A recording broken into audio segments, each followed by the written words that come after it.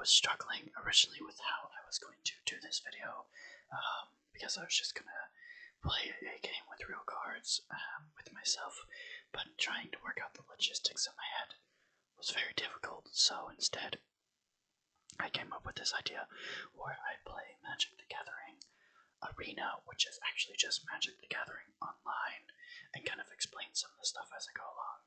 So this is the opening tutorial. I'm going to try and cover as much as I can in this video with how Magic the Gathering is played, and I hope you guys enjoy. So without further ado, let's go ahead and get started with our first tutorial match here. So, I was not expecting a cinematic. Okay. Alright, well, yes, let's get started. Let's go ahead and do that. So, at the beginning of play, you actually start with 7 cards, but obviously, since this is the tutorial,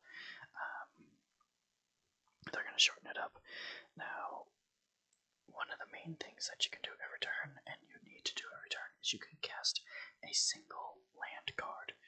And land cards are the resources that you are required to play your other cards. So if you can see at the top of this card here, right up here at the top, and this will be located on actual Magic cards too, is it takes 2 lands to play this card. You have to have 2 lands in play, and you have to tap them or use them to be able to play this card.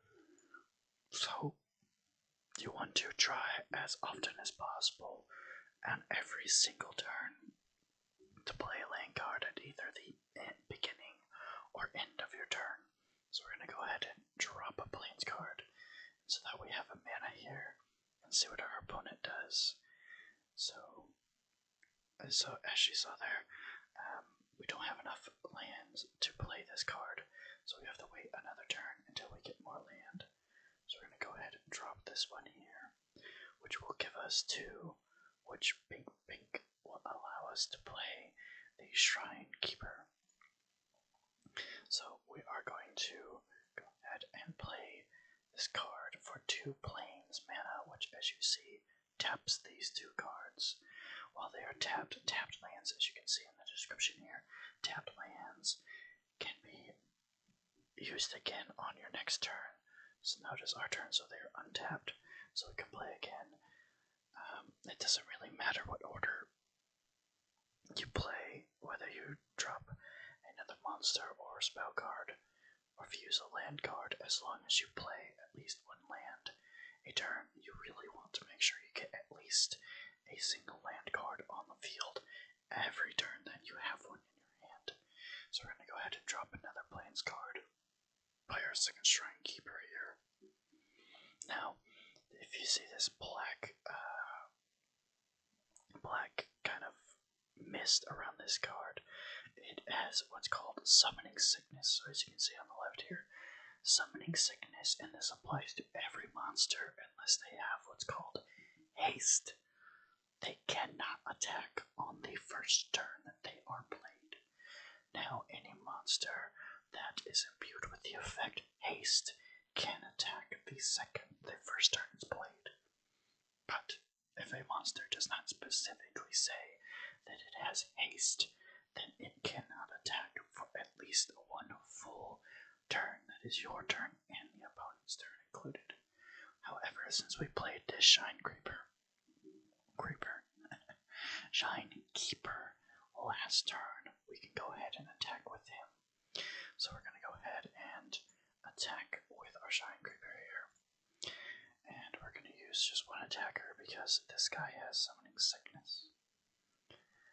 So on the left side of a monster card is the attack of a monster. And on the right side is its defense. So once my opponent plays a monster here, that will make more sense. So as you see here, they're playing a treetop warden that is 2/2, so 2 attack and 2 defense. And their monster as well as Summoning Sickness. They do not have the trait Haste, so they must wait one full turn before they can attack with this turn. Now, we've got Lexodon, Linebreaker. Now obviously this mana looks a little bit different than these guys' mana at the top right there. He is Plains 2 mana, so we need 1 Plains mana and then 2 mana of any kind to play this card. Now we have 3 Plains mana, but what cards like this allow is for you to run more than 1 element at a time, but we'll get into that at a later date. For now, we have the 3 mana to play Luxodon, Linebreaker, so we're going to go ahead and summon him to the field. Now, Luxodon is 3/2, but has Summoning Sickness, therefore cannot attack this turn. So this is the attack phase. So the turn breaks down pretty easy. You draw first, play land cards, play any cards you want to play, play monster cards, play land cards, play spell cards. Then there is the combat phase, where you attack with your cards, and your opponent defends. At the end of the attack phase, there is another play cards phase, we'll just keep it simple, where you can play your land or play any other spell cards you may want. And then your turn ends. So right here in this combat phase, we're going to go ahead and use our 2 Shrine Creepers. I am messing this name up so bad. Shrine Keepers. We're going to use both of them to attack. Now, as you can see here, the opponent chose to use their treetop warden as the defender. So with 2 attack and 2 defense, the 2 cards deal 2 damage to each other, as you see with the animation there. So, they destroy each other.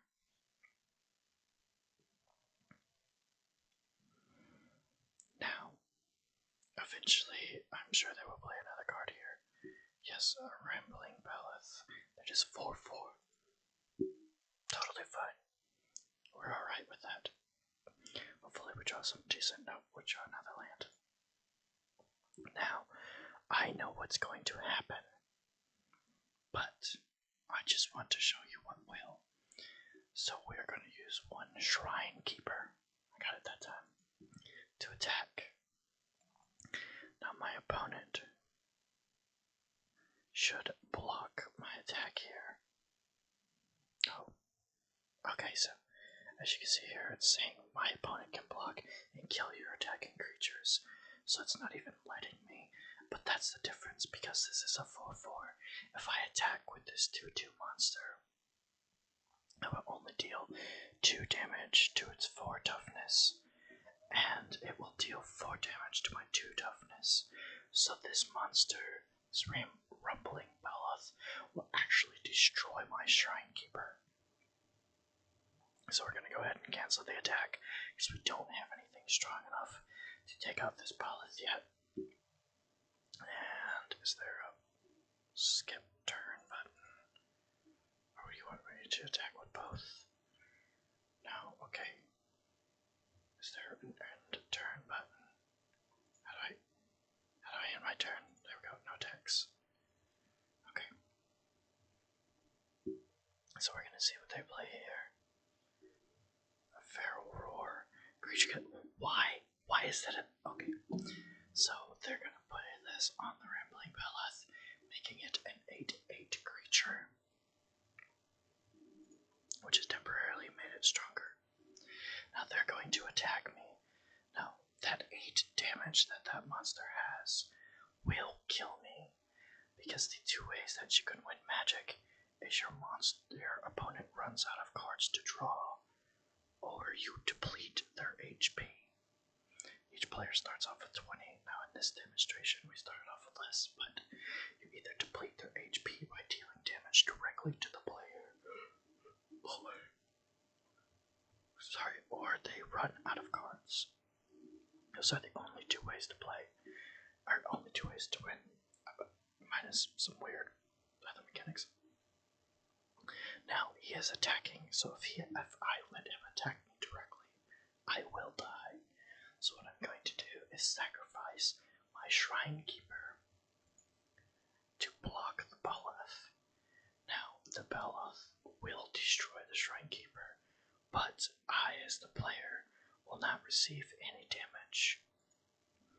The only stipulation to that rule is if the monster has what's called trample. Trample is any extra damage dealt to your monster during combat is dealt to the player's HP directly. Now, we've got Take Vengeance. As you can see here, destroy target tapped creature. Since this creature attacked last turn, it is considered to be tapped. It was used, so I can play this Take Vengeance card directly on this Baloth and destroy it, which leaves my opponent completely open for a free attack directly to their HP. So they're going to go ahead and drop another treetop warden, 2 treetop wardens, which is fine. We got Blinding Radiance. Tap all creatures your opponent controls with toughness or 2 or less. So we're going to go ahead and cast that, which taps these 2 monsters. Now I'm going to attack with this anyways. And because these monsters are tapped, they could not defend against me. So that's another thing to consider while in combat. But anyways, let's move on to the next portion of the tutorial.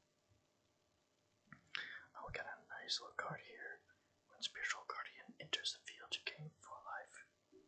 Okay, not bad. Now, I am not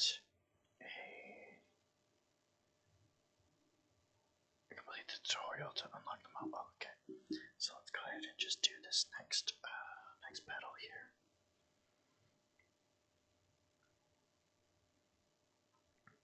So we got Merbu. What a name. So he goes first. He's going to go ahead and drop a land, and then drop, there it is, a monster with haste, which means it can attack the first turn it is summoned. So now it is our turn. We have the draw phase, then we have the card play phase. So we're going to go ahead and get our first land out there. The opponent goes, he draws, he plays another land, and 2 goblins, each with haste. So he's going to deal 3 damage to me right here. Nice and easy. Easy peasy, squeezy lemon. So it'll be our turn. We draw another land. So we're going to play another land. Like I said, major point here, always try to play at least 1 mana per turn. Because if you do not, you're not going to be able to play any cards. And then we're going to go ahead and summon a Shrine Keeper.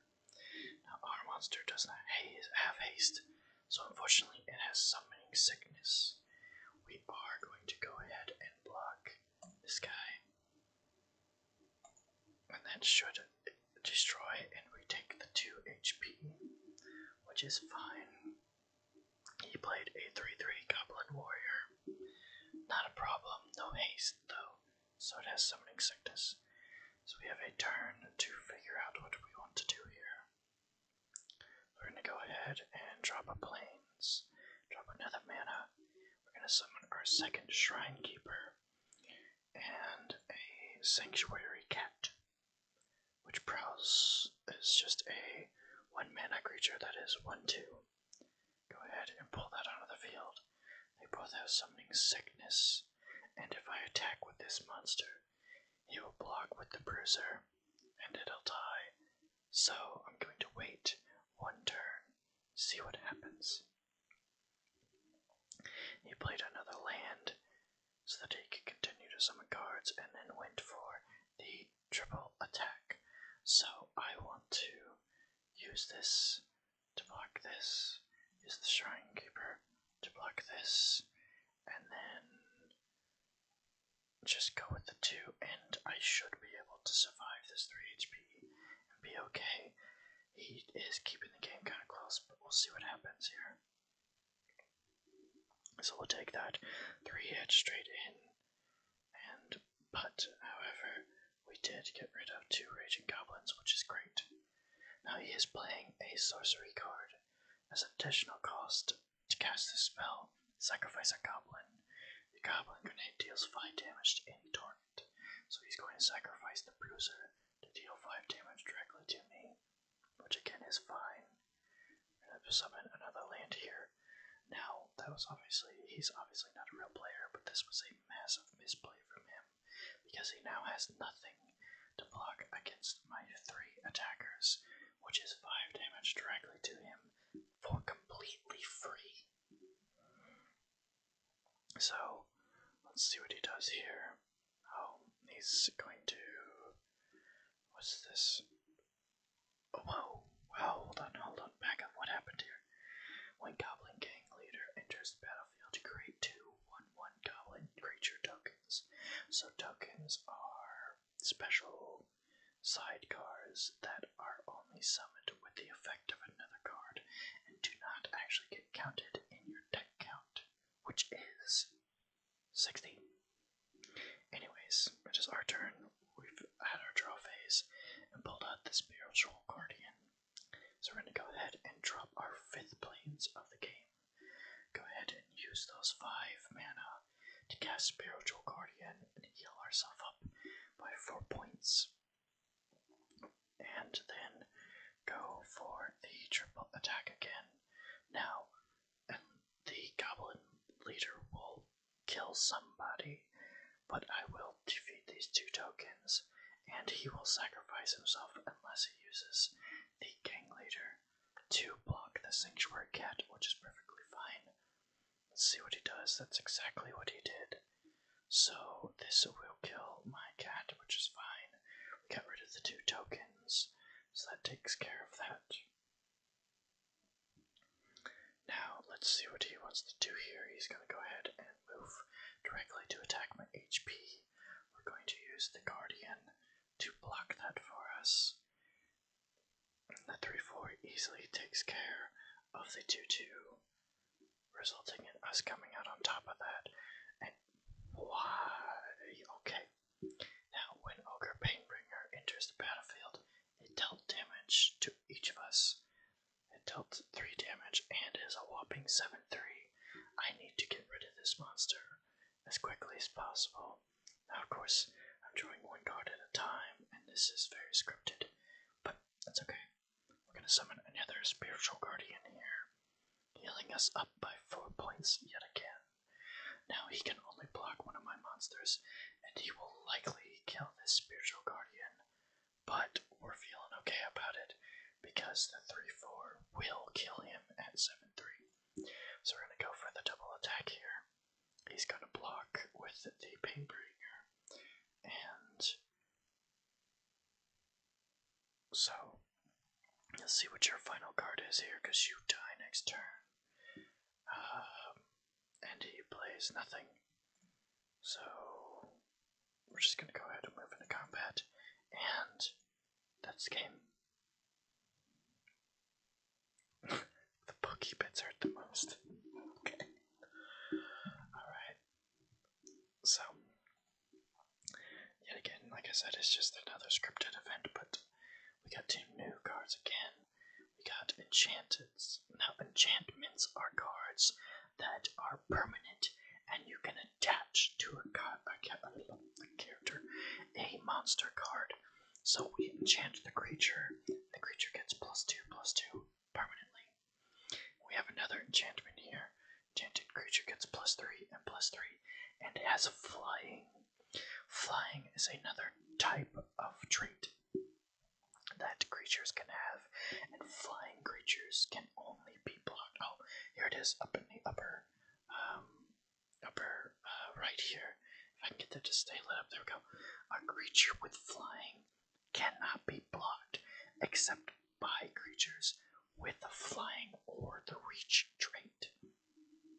So this is actually a pretty powerful enchantment if we end up against decks that don't have flying or reach. Anyways, let's go ahead and play the next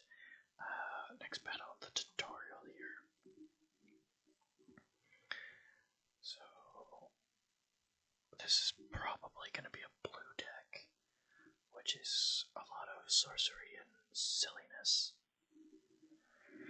So, do I actually get to go first this time, or is it the computer again? It's the computer again because he has more cards. So he had his draw phase already. So he's gonna immediately start off with a 1/1 flying monster. So we're gonna go ahead and we're gonna play our land card here. Oh, okay, there we go. Land card. Immediately summon our sanctuary cat so that we have something on the field. Not that we can block this creature anyways. Well, Aimee did a 2/2 now, so that's unfortunate.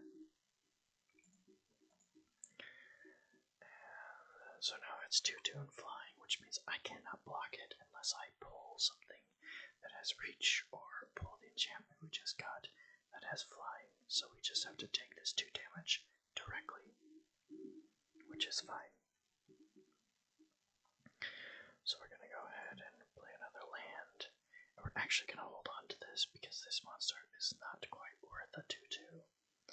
So we're going to go ahead and hold on to it. It's going to make me... Okay. There you go. I would have rather held on to that, but that's okay. So we're going to go ahead and attack with this creature. This creature is tapped, so it cannot block me. Now flying creatures can block non-flying creatures, but not the other way around. A non-flying creature cannot block a flying creature, but a flying creature can block a non-flying creature. It's a little weird, but with time, it'll make more sense. So we're going to go ahead and play our land card for the turn, and summon our Luxodon. We're going to go ahead and attack with the Sanctuary Cat because we are in complete safety here. With 0/4, he has 0 chance of killing this creature. And he blocked it and lived, which is perfectly fine. I have a strange feeling I know what's going to happen. So we're going to take that damage directly, and that's fine. I have a strange feeling I'm about to get the flying enchantment. So he played an enchantment. When 1 or not enters the battlefield, tap enchanted creature. Enchanted creature does not untap during its controller's untap step, which happens before your draw phase. So if you watch here, he's going to tap the creature. I had my draw phase. We're going to play our land for the turn. And we're going to buff the cat again, because why not? It's already buffed. Bringing him to a whopping 5/6, which means we can now kill this crab. Now, watch this creature to see when the untap phase is. It's going to happen very quickly. But we're going to go ahead and attack with our cat. He's going to block, and we're going to kill the crab. There's his draw phase, his land, his attack. Now watch. The enchantment will wear off, and I will get this creature back. And then I will draw. So, come on. Oh, draw 2 cards, come on. Quit playing cards. Another crab. Okay. So, the draw. I should have got this back.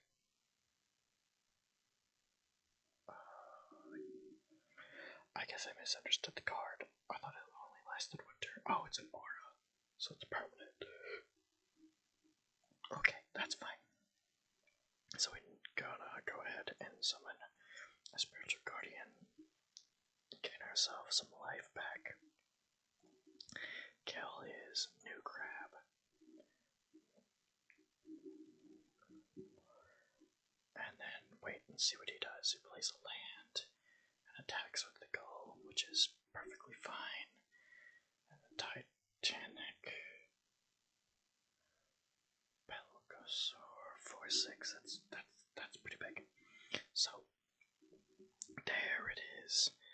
So we are gonna go ahead and play this enchantment onto our cat, who we have made just. We've put this cat on steroids, y'all. This cat went from a safe house cat to a full-grown tiger at this point at 8/9 and has flying. Because reasons. So we're gonna go ahead ahead and attack with the Sanctuary Cat and the Spirited Guardian. Now, if this bot's smart, it will block the 8-9 with this Pelgasaur and take the 3 damage straight to its HP, but we'll see what it does. It's exactly what it's gonna. Oh, that is not what it did. It took the 8 damage directly to its life because the Pelgasaur gets to live. And, of course, I can't. Okay, that's fair. That was a misplay by me. That was a pretty big misplay. I should have just attacked with the cat, but it's okay. We get another turn here. Another buff, so you know what we're doing. Straight to the cat. At a whopping 10-11. Nothing will this. The cat will for sure kill the dinosaur on this phase. Actually, it can't because it doesn't have flying, which means I kill the player and win the game because this creature cannot block my flying creature after I enchanted it to have flying. You know, that lesson I've been trying to teach you over the last 5 minutes. Just completely forgot it, just threw it out the window. Why not? So, alright, that is battle number 3.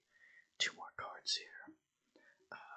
Target blocking or blocking creature, target blocking or blocked creature you control gets +2/+2, which is pretty decent. And control the assault. Cast this spell only if a creature is attacking you. Create 3 1/1 white spirit creature tokens with flying. Now these cards are what are called instants. And instants, as you can see, tend to have a stipulation to when they can be casted, but can be casted on both you and your opponent's turn. So I think that's the lesson that this battle is going to try and teach us here. So let's see what kind of. This is probably a black or swamp deck. Also known, a lot of people call it death. It's not death, but that's okay. They have 8 cards for some reason. So this opponent has spells that can be cast on your turn. So yeah, it's trying to teach me instants. Look at that, it's a swamp deck. Called it. So we're gonna go ahead and play our plains. We're gonna go ahead and play our Sanctuary Cat and see what happens. They play another swamp. Okay, so obviously the instant has something to do with me attacking them. So I'm just going to see what happens if I don't do that. Destroy target creature with 2 power or less. He's going to destroy the Shrine Keeper here, which is perfectly fine.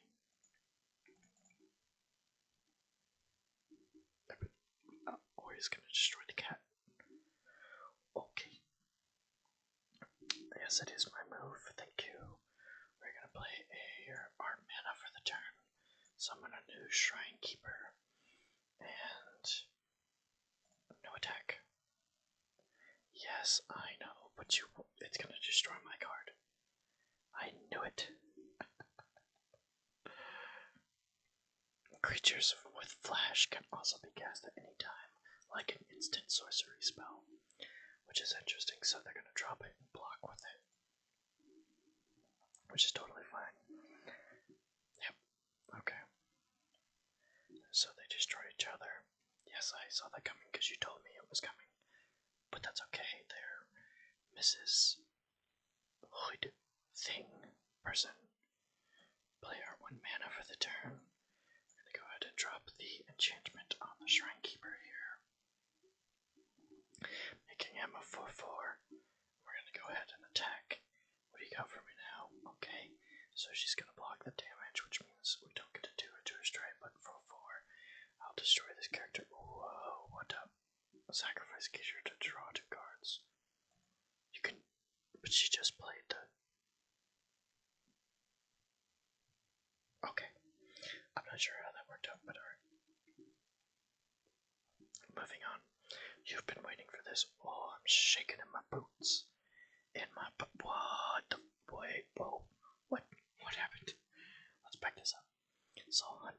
Rakshasa can't block. When Soul Hunter Rakshasa enters the battlefield, if you cast it from your hand, it deals 1 damage to target opponent for each swamp card you control. That's pretty nasty. I'm lucky she only had 5. So we're gonna go ahead and drop our mana for the turn. And not gonna attack, actually. We're gonna wait. And we're gonna wait for her to attack. So we're gonna go ahead and play tactical advantage. So we're gonna block this, and then while we are waiting for this to happen,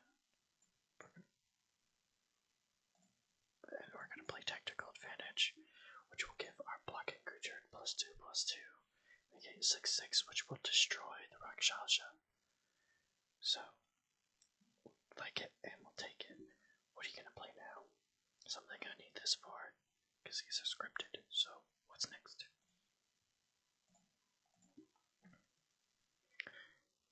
Whoa, hey. Let's calm down. That's fine.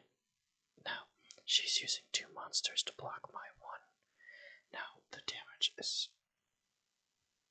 Yes, next to damage. Cast the spell. Now, because the damage is additive, the 2/1 equals 4/2, which will destroy this creature. So you're going to play the tactical advantage to give him +2/+2 again.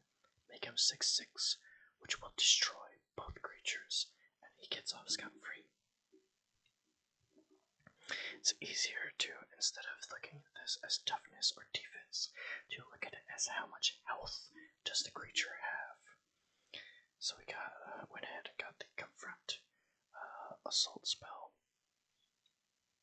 and we're gonna go ahead and swing that in there, and actually finally deal some damage for the first time this game. Hello, Car. It's too late for you to be out. It's like 10:30. Go to bed. So this is going to bring it.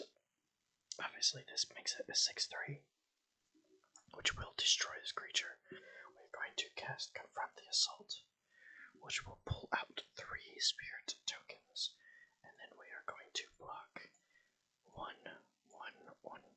Now these will all be destroyed, but it will block all of this damage, which will keep us in the game for another turn. Boom, boom, boom. And because, actually I forgot, because they're 2/1, and the tokens were 1/1, they actually destroyed everything there. So we have Angelic Reward. We're going to go ahead and play that. This is our 3/3 flying buff. I'm going to put that on the Shrine Keeper, making him a whopping 7/7. And no cards means that's game.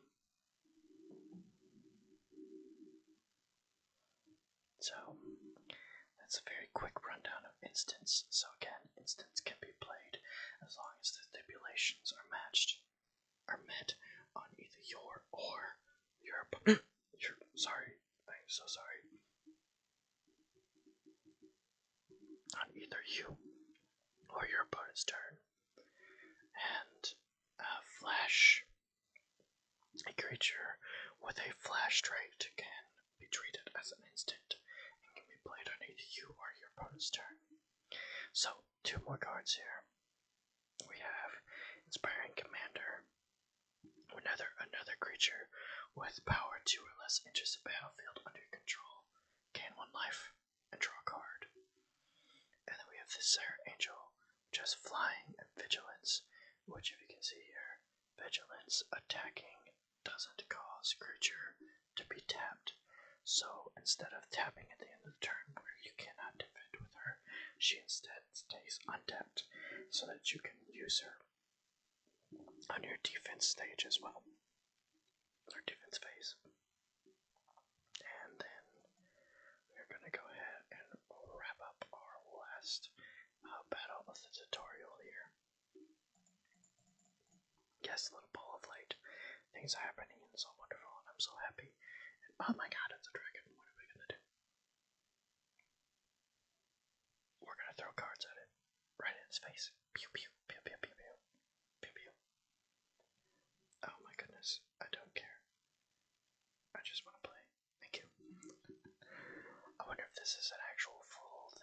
this is scripted as well. Let's find out. This is an actual game.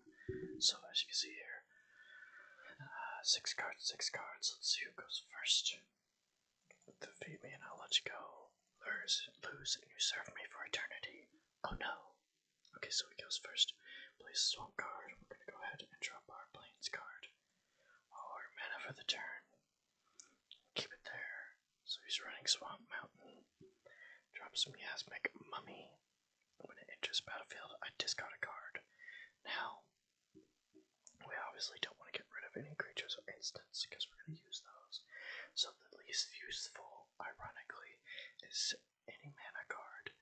Now, I know I stress the importance of trying to play a plains card, or trying to play a mana card, at least once a turn. But if you ever get a discard effect, generally it is better, unless you are absolutely starving for mana, to get rid of a mana card, because you are going to have a lot of them in your deck. So we're going to go ahead and try and figure out, there we go. Now, it wants me to get rid of it, there we go. Did he just throw away a dragon? Yes he did, and he's likely gonna summon it back. So we're gonna go ahead and drop a plains, and go ahead and drop our Shrine Keeper here. So this is 2-2, so if he does attack, I will be able to destroy it. Unless he does something like that. Instantly destroys my card, because, you know, reasons. We're going to go ahead and drop another plains card here. And Lexodon, because we need to get something on the field. We're struggling here. Power is the only thing that matters and nothing else. I disagree. I don't know if you ever have had any, but chicken nuggets are pretty good. So you should try it, Mr. Dragon. We're gonna go ahead and drop another plains card here. Now if we attack, we're dead. So we're just gonna wait and see what we can draw. Hopefully an aura to be able to buff this monster up a little bit. It's not always, or... Okay. That's what I thought. Now, as I was saying, it's not always the wisest thing to attack every single turn.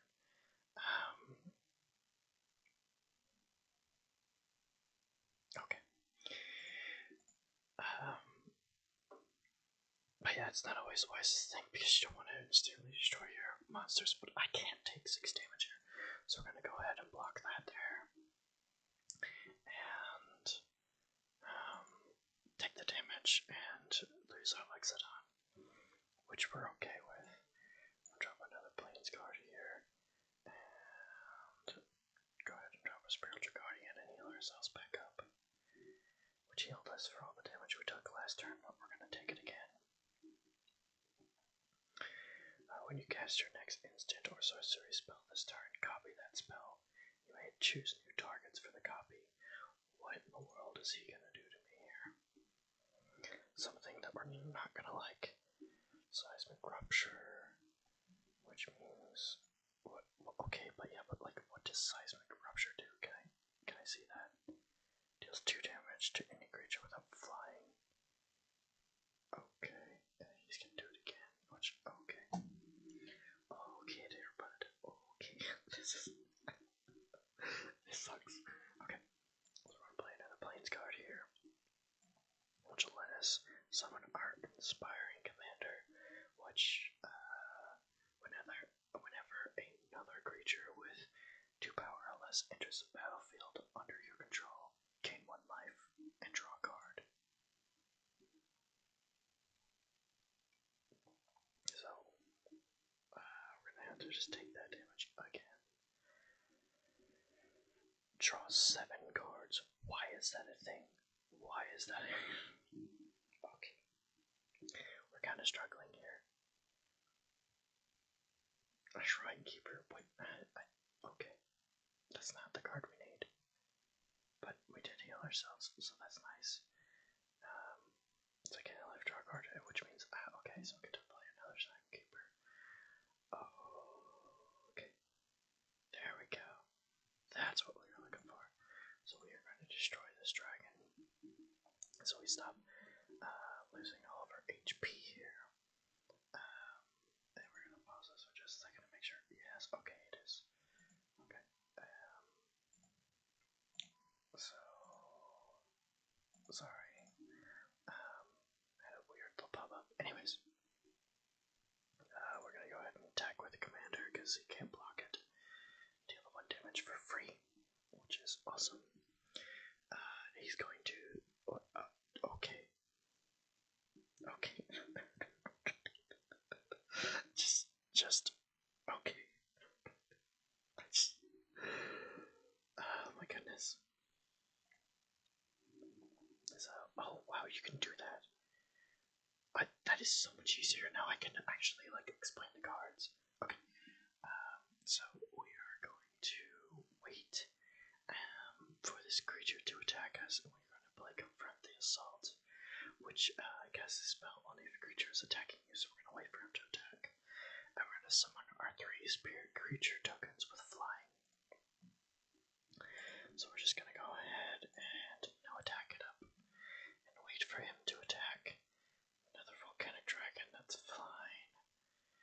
And we're going to wait for the attack. We're going to drop the Confront the Assault, which will summon all of our tokens here, which will heal us and let us draw 3 additional cards, which I am totally okay with.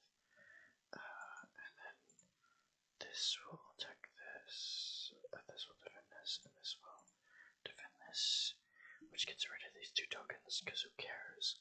And we block all total of 10 damage coming in, which is perfectly fine. And then, yeah, we're gonna go ahead and let the damage go through on that. And then we're gonna make a really big play this turn. So, what we're gonna do this turn, we're gonna drop our planes because we have one. We're gonna summon a Sanctuary Cat because it's there, which will, I forgot, heal us, and let's draw a card, which will give us Sarah Angel, which is Flying Vigilance. So we're gonna go ahead and drop that as well. Now we only have 1 mana left, so we're going to hold off on this here. Yeah, we're gonna go ahead and do that. So we're just gonna hold off here. We're gonna no attack, right? No, he's tapped. He can't stop us. So actually, we're gonna hold off on this guy. We're just gonna attack with the token because my plan involves this creature, or this creature. Either one works just fine. And so that's fine. That's not fine. So we're going to block this here. And we're just going to do the 1 block. And take the 4 damage to our health. We're okay here. So we are going to Angelic Reward on the Sarah Angel. And we're going to all attack and go ahead and slam him for a ton of damage.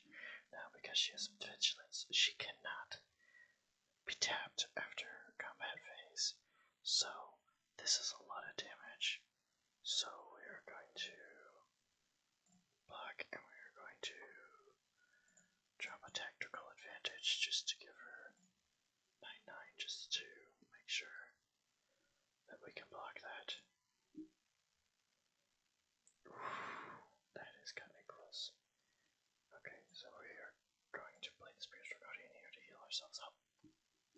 And we're going to all attack again. And his flying creature is tapped. 7 damage, 7 health. That, geeklings, is game.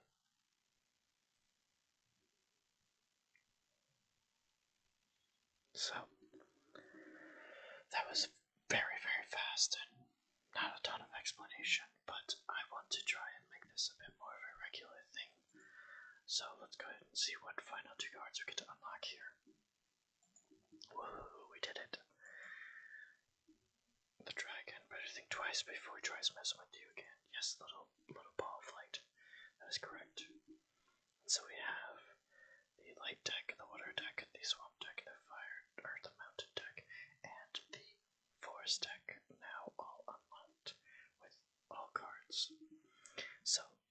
choose the white or plains deck. As a white mage, you command disciplined armies, enforce order to overwhelm your enemies.